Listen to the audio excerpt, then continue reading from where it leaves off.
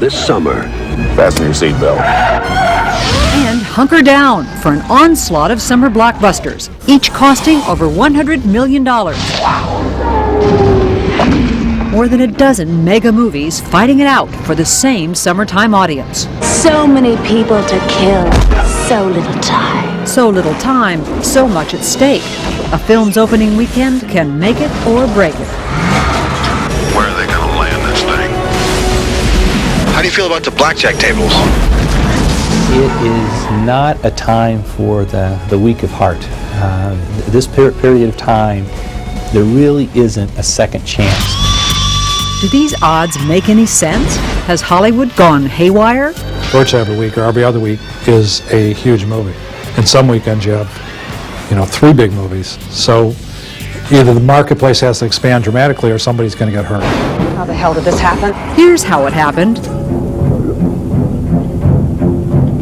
The blockbuster mania all started in 1975 with the release of Jaws. Movies that exploded the way Jaws did were historic. It was the beginning of the big summer movie, the movie that everybody saw. Jaws, the film that got everybody out of the water and into the theaters, was a real high-risk adventure, economically speaking. The studio almost pulled the plug on the production. It was out of control, they said, at $9 million, and a figure that now is relegated to short subjects. But Jaws grossed $260 million.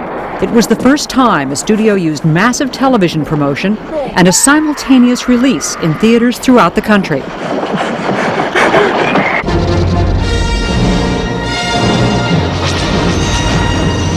Two years later, another blockbuster opened up some more new territory.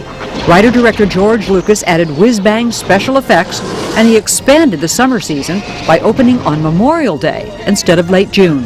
George had an idea, and it was a very simple idea. Go to the kids on a nice long weekend when there's a 3-day weekend, but then they go back to school to talk to each other about it. Star Wars not only expanded the season, it expanded the industry's commercial horizons. Star Wars ushered in a new marketing ploy, merchandising a film through products. This store sells only Star Wars products, from masks to mugs. Thanks to all the sequels and the re-release of the trilogy, this has been an extremely lucrative business. It has grossed more than the films themselves. And so the summer blockbuster went forth and multiplied, each one topping the other in action and adventure, reaching out to the widest possible audience, with the wildest possible scripts. Testosterone was flying high as macho made millions. Comic book characters came to life, played by bigger-than-life stars. Sequels were often better and more costly than the originals, all culminating in a high-stakes race for audience attention. A race so crowded that someone is bound to get hurt. Oops.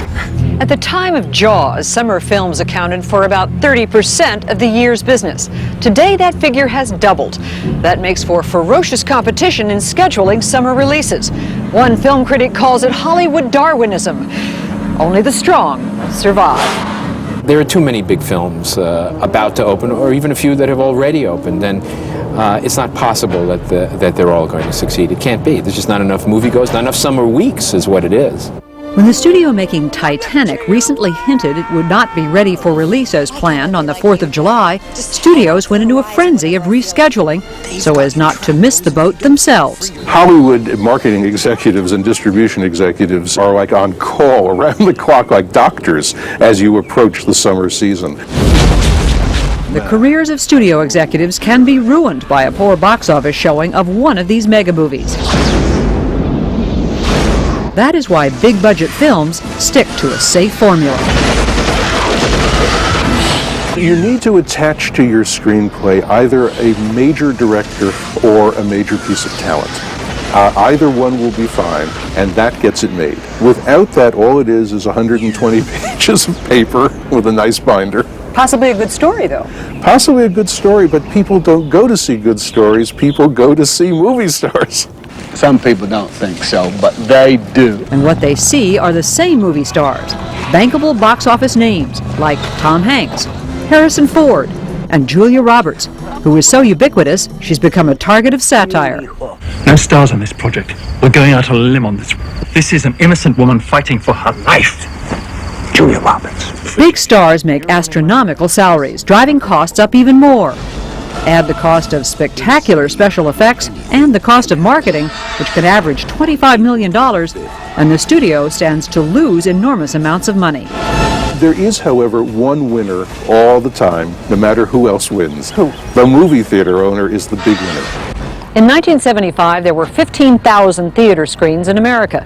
Today, there are twice that many.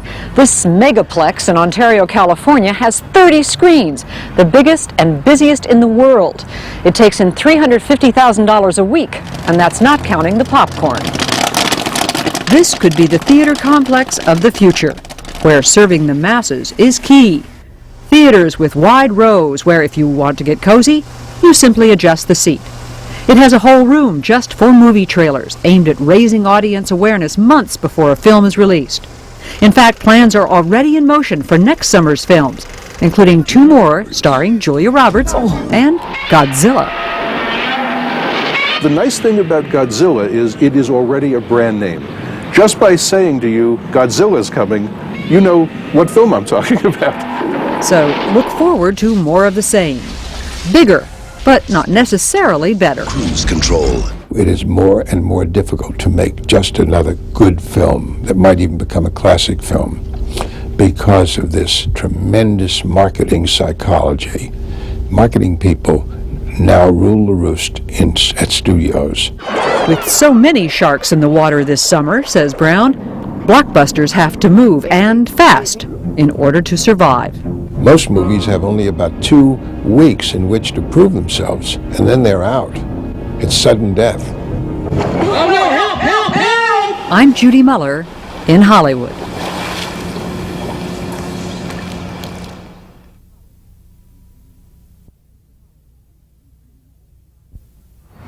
In 1975, there were 15,000 theater screens in America.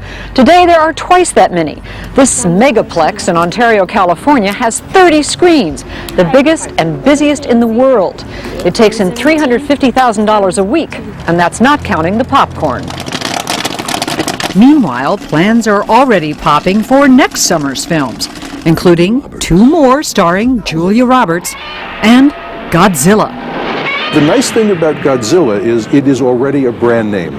Just by saying to you, Godzilla's coming, you know what film I'm talking about. So look forward to more of the same. Crowded summer waters, dangerous waters, where the risks are greater than ever. I'm Judy Muller in Hollywood.